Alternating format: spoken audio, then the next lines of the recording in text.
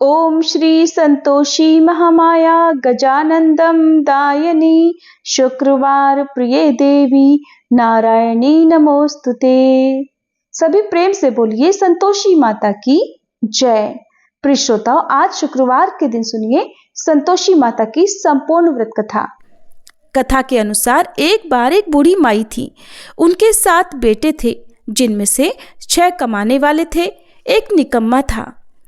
बूढ़ी माँ 6 बेटों के लिए भोजन बनाती और जो कुछ जूठन बच जाती वह 7वें बेटे को दे दिया करती।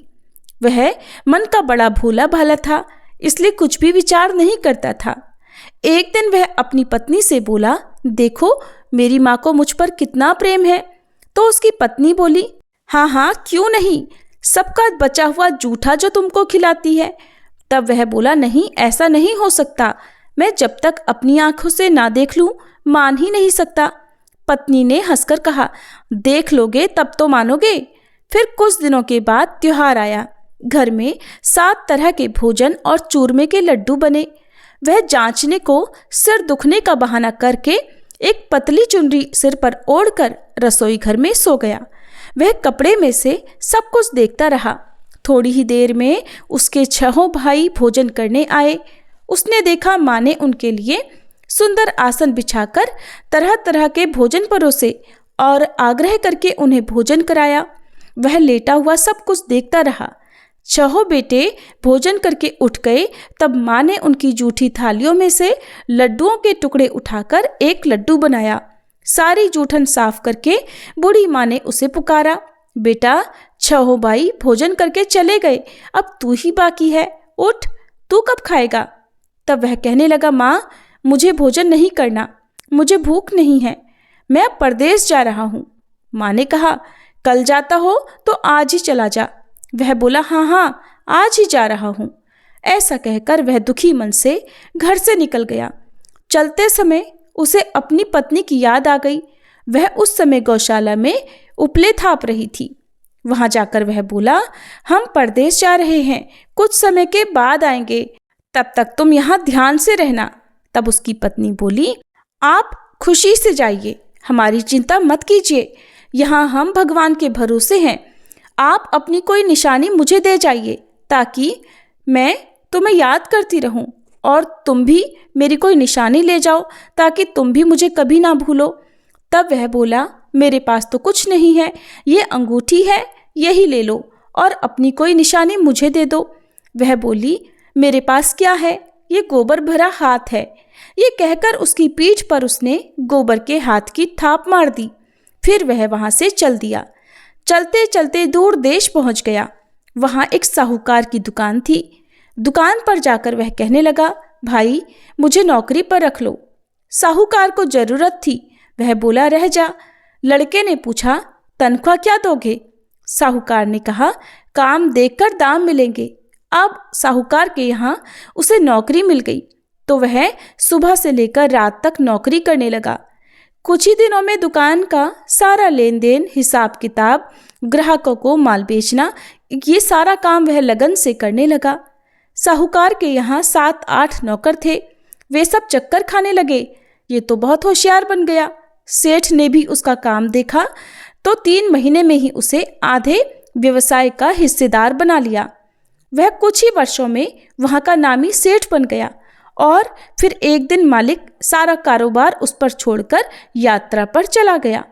अब पीछे उसकी पत्नी पर क्या बीती ये भी सुनिए। सास ससुर उसे दुख देने लगे। सारी गृहस्थी का काम कराकर उसे लकड़ी लेने जंगल में भेज देते। इस बीच घर के आटे से जो भूसी निकलती उसकी रोटी बनाकर रख दी जाती और फूटे नारियल की नारेली में पानी भर दिया जाता और उसे दे दिया जाता। इसी तरह दिन बीत रहे थे। एक दिन वह लकड़ी लेने जा रही थी। रास्ते में बहुत सारी स्त्रियां संतोषी माता का व्रत करती दिखाई दी। वह वहां खड़ी होकर कथा सुनने लगी और पूछने लगी, बहनों तुम ये किस देवता का व्रत कर रही हो और इसको करने से क्या फल मिलता है? इस व्रत को करने की क्या विधि है? यदि तुम अपने इस व्रत का विधान मुझे समझाकर कहोगी तो मैं तुम्हारा बड़ा एहसान मानूंगी। तब उनमें से एक स्त्री बोली, सुनो ये संतोषी माता का व्रत है। इसको करने से निर्धनता और दरिद्रता का नाश होता है, घर में लक्ष्मी आती है, मन की चिंताएं दूर होती हैं, घर में सुख होने से मन को प्रसन्नता और शांति मिलती है, निपुति को पुत्र मिलता है, पति बाहर गया हो तो शीघ्र घर आ जाता है, कुंवारी कन्या को मनपसंद वर मिल जाता है, राजद्वारे में बहुत दिनों से मुकदमा चल रहा हो तो वह खत्म हो जाता है, कलह क्लेश दूर होकर घर में सुख शांति का वास होता है, घर में धन जमा हो जाता है, पैसा जायदाद का लाभ होता है, रोग दूर हो जाता है और जो कुछ मन में कामना हो वह सब संतोषी माता की कृपा से पूरी हो जाती है, इसमें कोई संदेह नहीं। तब वह पूछने लगी, बहन ये व्रत कैसे किया जाए ये भी बताओ तो बड़ी कृपा होगी। वह कहने लगी, 1.25 आने का गुड़ चना ले लेना, इच्छा हो तो 5.25 आने का लेना या 1.25 रुपये का भी अपनी सामर्थ्य के अनुसार ले लेना, बिना परेशानी और श्रद्धा और प्रेम से जितना भी बन पड़े सवाया लेना। प्रत्येक शुक्रवार को निराहार रहकर कथा सुनना, इसके बीच क्रम टूटे नहीं, लगातार नियम पालन करना। सुनने वाला कोई ना मिले तो घी का दीपक जलाकर उसके आगे जल के कलश को रखकर सामने बैठकर कथा कहना, परंतु नियम ना टूटे। जब तक कार्य सिद्ध ना हो नियम का पालन करना और कार्य सिद्ध हो जाने पर व्रत का उद्यापन करना। 3 मास में माता फल पूरा करती हैं। यदि किसी के ग्रह खोटे भी हों तो भी माता वर्ष भर में कार्य सिद्ध करती हैं। फल सिद्ध होने पर उद्यापन कर लेना चाहिए, बीच में नहीं करना चाहिए। उद्यापन में 2.5 सेर आटे का खाजा और इसी माप से खीर तथा चने का साग बनाना, 8 लड़कों को भोजन कराना, जहाँ तक मिले जेठ देवर भाई बंधु के या परिवार के ही हों, न मिले तो रिश्तेदारों और पास पड़ोसियों को बुला लेना, उन्हें भोजन कराकर यथाशक्ति फल दक्षिणा आदि देकर माता का नियम पूरा करना। उस दिन घर में न तो खटाई खाना और न ही दान करना। ये सुनकर बुढ़िया के लड़के की पत्नी चल पड़ी, रास्ते में लकड़ी के बोझ को बेच दिया और उन पैसों से गुड़ चना लेकर वह संतोषी माता के व्रत की तैयारी करके आगे चली और सामने मंदिर देखकर पूछने लगी, ये मंदिर किसका है? सब कहने लगे, ये तो संतोषी माता का मंदिर है। ये सुनकर वह माता के मंदिर में जाकर माता के चरणों में लौटने लगी, दीन होकर विनती करने लगी, माँ मैं निपट अज्ञानी हूँ, व्रत के कुछ भी नियम नहीं जानती, मैं बहुत दुखी हूँ। हे माँ, हे जगत जननी, मेरा दुख दूर करो, मैं आपकी शरण में हूँ। उसकी इस विनती को सुनकर संतोषी माता को उस पर दया आ गई। एक शुक्रवार बीता कि दूसरे को उसके पति का पत्र आया और तीसरे शुक्रवार को उसका भेजा हुआ पैसा आ पहुंचा। ये देखकर जेठ जेठानी मुंह सिकोड़ने लगे, इतने दिनों में इतना पैसा आया, इसमें क्या बढ़ाई? लड़के ताने देने लगे, अब तो काकी के पास पत्र आने लगे, रुपया आने लगा, अब तो काकी की खातिर बढ़ेगी, अब तो काकी बोलने से भी नहीं बोलेगी।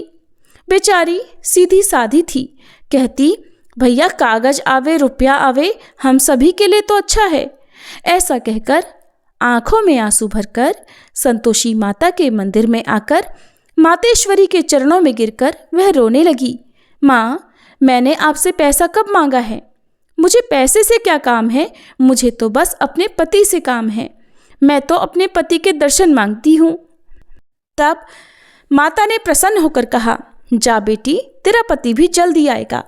यह सुनकर वह खुशी से बावली होकर घर में जाकर काम करने लगी। अब संतोषी माता विचार करने लगी, इस भोली पुत्री को मैंने कह तो दिया कि तेरा पति आएगा, पर आएगा कैसे?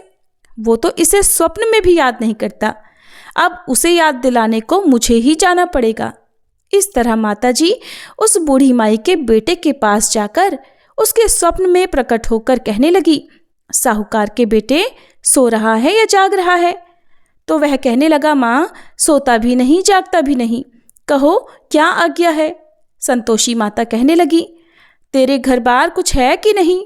वह बोला, मेरे पास सब कुछ है, माँ बाप हैं, पत्नी है, क्या कमी है? तब माता बोली, भोले पुत्र, तेरी पत्नी घोर कष्ट उठा रही है, तेरे माँ बाप उसे त्रास दे रहे हैं और वह तेरे लिए तरस रही है, जाकर उसकी सुधि ले। तब वह बोला, हाँ माताजी, ये तो मालूम है, परंतु जाऊं तो जाऊं कैसे? परदेश की बात है, लेन देन का कोई हिसाब नहीं, कोई जाने का रास्ता नहीं आता, कैसे चला जाऊं? माँ कहने लगी, मेरी बात मान, सवेरे नहा धोकर संतोषी माता का नाम ले, घी का दीपक जलाकर दंडवत कर दुकान पर बैठ जा। देखते देखते तेरा सारा लेन देन चुक जाएगा, जमा का माल बिक जाएगा, सांझ होते होते धन का भारी ढेर लग जाएगा। अब सवेरे जल्दी उठकर वह भाई बंधुओं से अपने सपने की बात बताने लगा।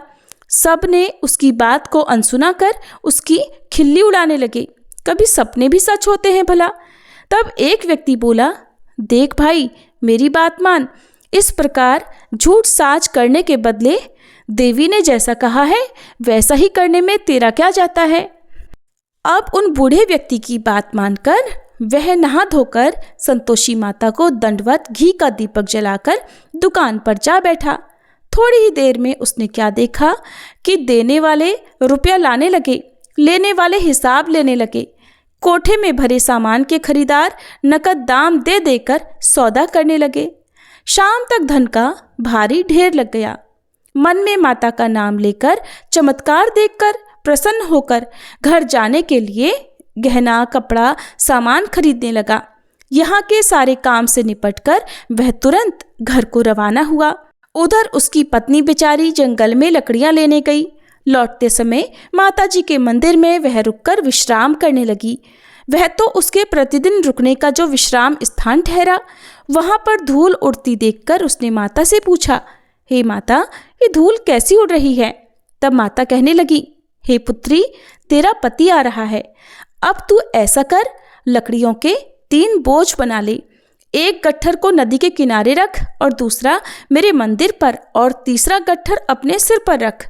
तेरे पति को लकड़ियों का गट्ठर देखकर मोह पैदा होगा। वो यहाँ रुकेगा, नाश्ता पानी खाकर माँ से मिलने जाएगा। तब तू लकड़ियों का गट्ठर उठाकर जाना और चौक में गट्ठर डालकर जोर से आवाज लगाना, लो सासू जी, लकड़ियों का गट्ठर लो, भूसे की रोटी दो, नारियल के खोपरे में पानी दो, आज मेहमान कौन आया है? बहुत अच्छा माता जी। ऐसा संतोषी माता से कहकर वह प्रसन्न मन से लकड़ियों के 3 गट्ठर ले आई। एक नदी के किनारे पर और एक माताजी के मंदिर पर रख दिया। इतने में ही मुसाफिर आ पहुंचा। सूखी लकड़ियां देखकर उसकी इच्छा उत्पन्न हुई कि हम यहीं पर विश्राम करें और भोजन बना खाकर फिर गांव जाएं। इसी तरह रुककर भोजन बनाकर विश्राम करके वह गांव को गया। सबसे बड़े प्रेम से मिला। उसी समय सिर पर लकड़ी का गट्ठर लिए उसकी उतावली सी पत्नी आ गई। लकड़ियों का भारी बोझ आंगन में डालकर उसने जोर से 3 आवाजें लगाई, लो सासू जी, लकड़ियों का गट्ठर लो, भूसे की रोटी दो, आज मेहमान कौन आया है? ये सुनकर उसकी सास बाहर आकर अपने दिए हुए कष्टों को भुलाने के लिए कहने लगी, बहू, ऐसा क्यों कहती है? तेरा पति ही तो आया है। आ बैठ, मीठा भात खा, भोजन कर, कपड़े गहने पहन। उसकी आवाज सुनकर उसका पति बाहर आया। उसकी उंगली में अंगूठी देखकर वह व्याकुल हो गया, क्योंकि उसकी कमजोर हालत को देखकर वह उसे पहचान नहीं पाया था। माँ से पूछने लगा, माँ, ये कौन है? माँ ने कहा, बेटा, ये तेरी पत्नी है। आज पूरे 12 वर्ष हो गए हैं जब से तू गया है, तब से यह गांव में जानवर की तरह भटकती फिरती है। घर का कोई काम काज कुछ नहीं करती, 4 पहर आकर खा जाती है। अब तुझे देखकर भूसी की रोटी और नारियल के खोपरे में पानी मांग रही है। तब वह लज्जित और दुखी होकर बोला, ठीक है माँ, मैंने इसे भी देखा और तुम्हें भी देखा है। अब दूसरे घर की चाबी दो, मैं उसी में रहूंगा। माँ बोली, ठीक है बेटा, जैसी तेरी मर्जी हो सो कर। ऐसा कहकर चाबी का गुच्छा उसने पटक दिया। उसने चाबी लेकर दूसरे मकान की तीसरी मंजिल का कमरा खोलकर सारा सामान जमाया। एक दिन में राजा के महल जैसा ठाट बाट बना दिया। अब क्या था, पत्नी सुख भोगने लगी। इतने में ही अगला शुक्रवार आया। उसने अपने पति से कहा, मुझे संतोषी माता के व्रत का उद्यापन करना है। उसका पति बोला, अच्छा, खुशी खुशी कर लो। अब वह उद्यापन की तैयारियां करने लगी। जिठानी के लड़कों को भोजन के लिए कहने गई। उन्होंने मंजूर किया, परंतु पीछे से जिठानी ने अपने बच्चों को सिखा दिया। बोली, देखो, भोजन के समय सभी लोग खटाई मांगना, जिससे उसका उद्यापन पूरा ना हो। लड़के जिमने आए, खीर भोजन सब कुछ पेट भरकर खाया, परंतु बाद में खाते ही कहने लगे, काकी काकी हमें खटाई दो, खीर खाना हमको नहीं भाता, देखकर मन अजीब सा हो रहा है। वह कहने लगी, भाई खटाई किसी को नहीं दी जाएगी, ये तो संतोषी माता का प्रसाद है। लड़के गुस्से से उठ खड़े हुए, बोले, लाओ फिर पैसा दो। भोली बहू कुछ भी नहीं जानती थी, उसने उन्हें पैसे दे दिए। लड़के उसी समय हट करके इमली खटाई लेकर खाने लगे।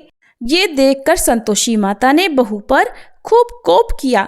संतोषी माता के कोप के कारण राजा के दूत आए और उसके पति को पकड़कर ले गए। जेठ जिठानी मनमाने वचन कहने लगे, लूट लूट कर धन इकट्ठा करके लाया है, अब सब मालूम पड़ जाएगा जब जेल की मार खाएगा। पत्नी से यह वचन सहन नहीं हुए। रोती हुई वह फिर से माता जी के मंदिर गई। हाथ जोड़कर कहने लगी, हे संतोषी माता, ये आपने क्या किया? हंसाकर अब अपने भक्तों को रुलाने लगी। माता बोली, बेटी, तूने उद्यापन करके मेरा व्रत भंग किया है, इतनी जल्दी सारी बातें भुला दी। वह कहने लगी, माता, भूलती तो नहीं कुछ अपराध किया है। मैंने तो भूल से लड़कों को पैसे दे दिए थे, उन्होंने ले जाकर खटाई खा ली।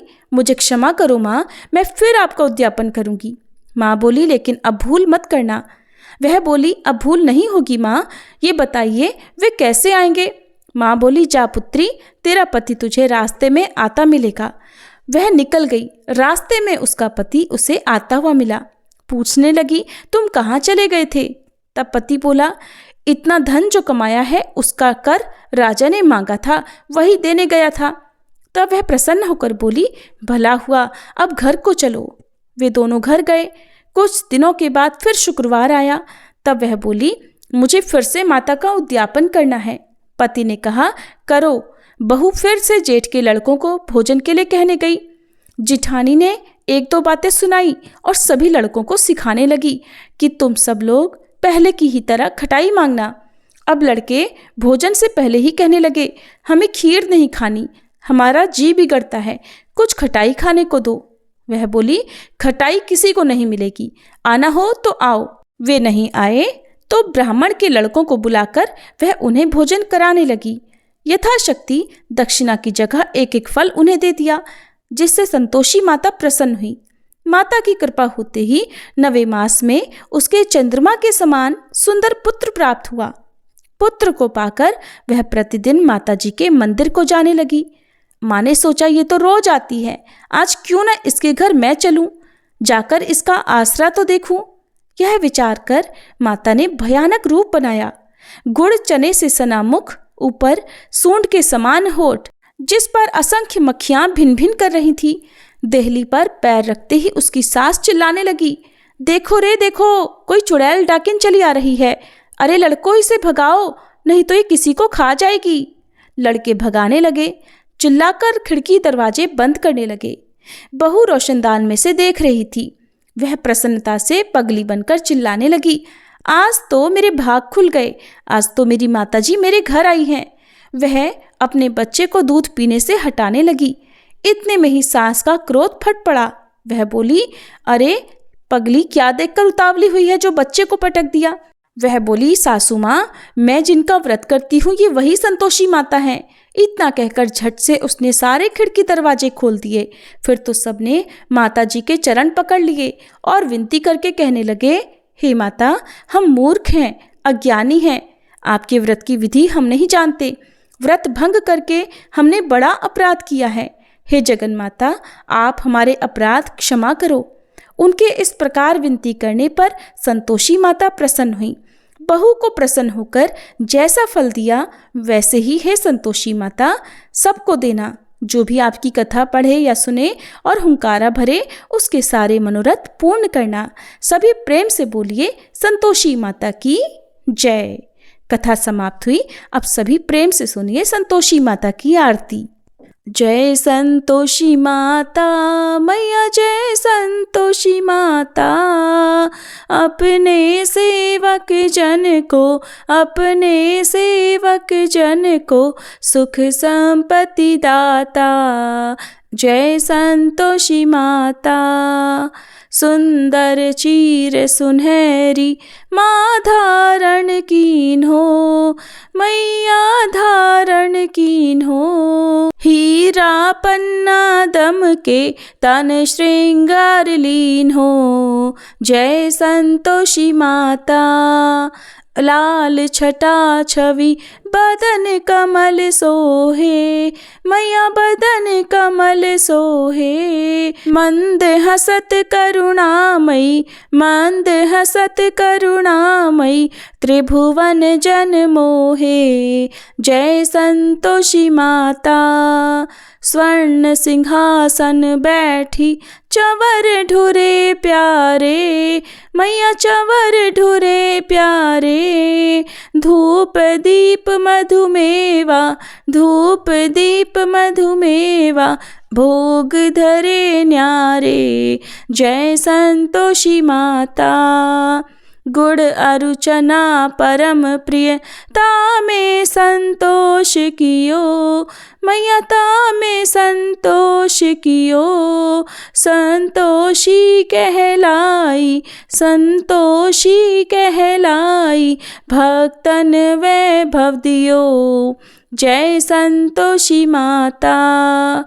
जय शुक्रवार प्रिय मानत आज दिवस सोही, मैया आज दिवस सोही।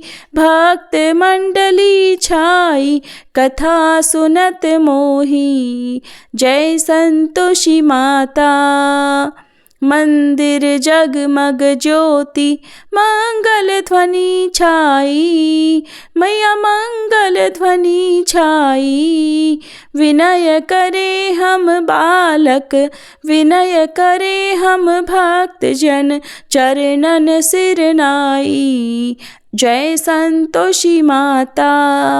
भक्ति भावमय पूजा अंगीकृत कीजे, मैया अंगीकृत कीजे। जो मन बसे हमारे इच्छित फल दीजे। जय संतोषी माता। दुखी दरिद्री रोगी संकट मुक्त किए, मैया संकट मुक्त किए। बहुधन धान्य भरे घर, सुख सौभाग्य दिए। जय संतोषी माता। ध्यान धर्यो जिस जन ने, मन वांछित फल पायो, मैया मन इच्छित फल पायो। पूजा कथा श्रवण कर घर आनंद आयो। जय संतोषी माता। शरण गहे की लज्जा रखियो जगदम्बे, मैया रखियो जगदम्बे। संकट तू ही निवारे दयामयी अम्बे। जय संतोषी माता। संतोषी माता की आरती जो कोई नर गावे, मैया जो कोई नर गावे। रिद्धि सिद्धि सुख संपत्ति, रिद्धि सिद्धि सुख संपत्ति, जी भर कर पावे। जय संतोषी माता। जय संतोषी माता, मैया जय संतोषी माता। अपने सेवक जन को सुख संपत्ति दाता। जय संतोषी माता। कथा समाप्त। प्रेम से बोलिए संतोषी मैया की जय।